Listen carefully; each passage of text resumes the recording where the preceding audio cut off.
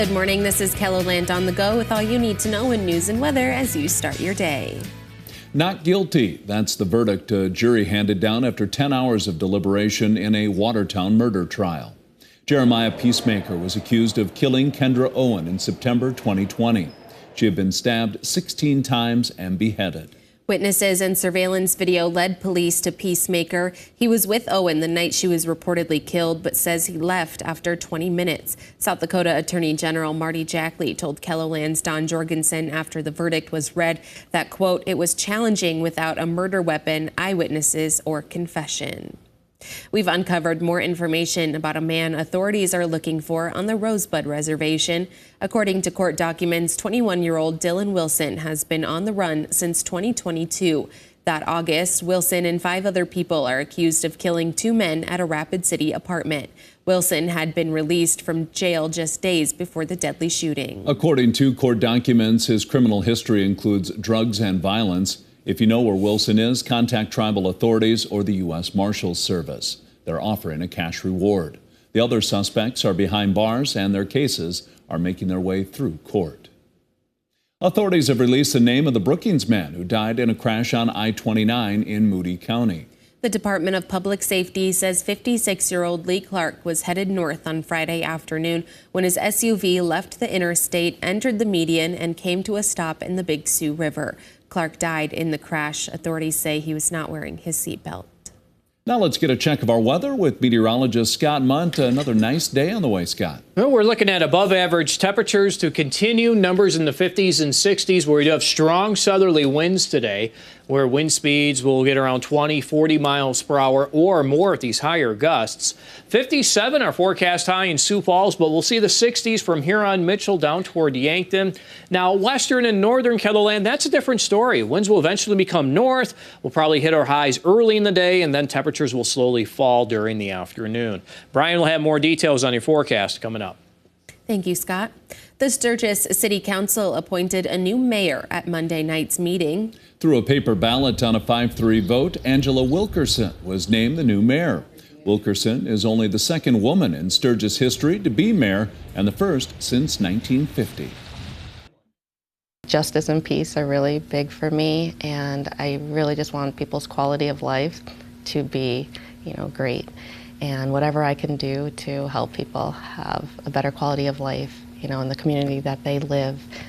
The mayor's former city council seat will remain open for the remainder of the term as city elections take place in April. There's now another option to consider for a collection of taxidermy animals in Sioux Falls.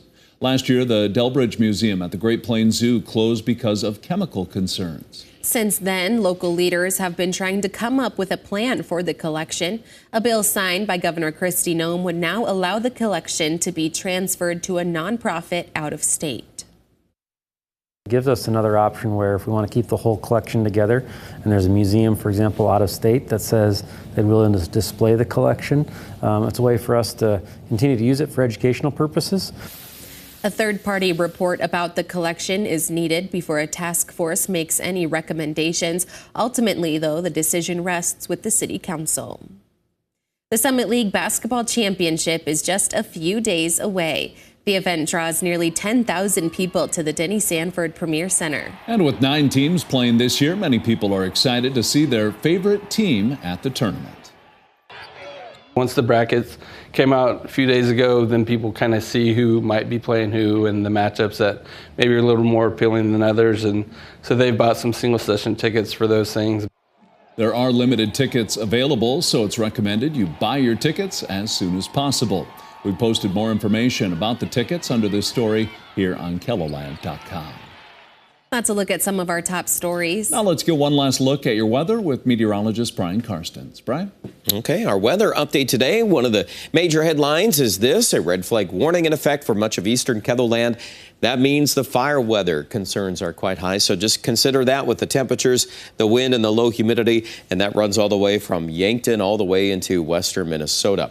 Now, how is that going to affect conditions today otherwise? Well, we're expecting temperatures at least in the 50s to near 60 degrees ahead of the cold front.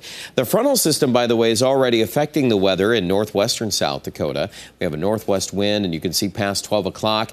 That front makes its way to just about Aberdeen, and Chamberlain's right on the line there. So ahead of it, that's where all that fire danger will be located. Behind it, we'll probably end up seeing a few showers trying to develop, but the moisture looks to be pretty limited at this point. There will be some patches or some streaks of either light rain or light snow. Sure, we can pick up a little bit of measurable precipitation, but again, the signature here is not for anything too organized or widespread.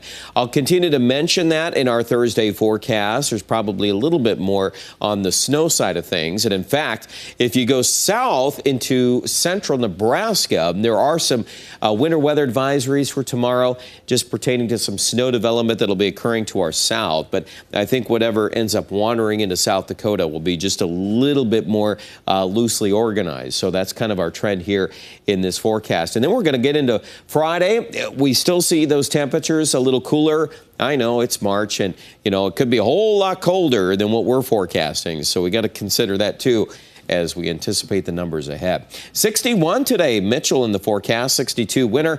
Now the numbers in Pierre will tend to hit the highs late this morning and then fall off this afternoon. Rapid City, we're also trying to adjust for a quick hit of 40s, but more or less holding steady or falling through the afternoon with that north wind, blustery. Tonight we're down in the 20s for many of us, down to 20 on the dot there in Aberdeen. Sioux Falls still holding at 32. And then tomorrow with those clouds around and temperatures here, mid-40s, Sioux Falls probably yanked in a little bit warmer, and then 30s for highs from here on to Pierce. So I'll grant you that. That definitely is going to feel a little chilly. Even Sioux Falls on Friday, we're down to 42. But then as high pressure noses down into the northern plains here for Saturday, we'll see sunshine. We're going to return to close to 50. And I think Sunday, Monday, Tuesday, everything is pointing toward a warmer weather trend throughout the northern plains, and that's holding true in Aberdeen. You can see we go up the temperature scale. In fact, we peak there at 62 on day 7, and Pierre, same thing. I think we're going to go right back to 60-degree weather early next week. And notice how dry it is, too. We're not looking at widespread moisture for Pierre. Now, if you're in winter south into northern Nebraska, there will be a little bit more in this 36-hour forecast. But by and large, once that window passes, even Rapid City, too, a lot of dry weather toward the weekend. Check out the details online at KELOland.com.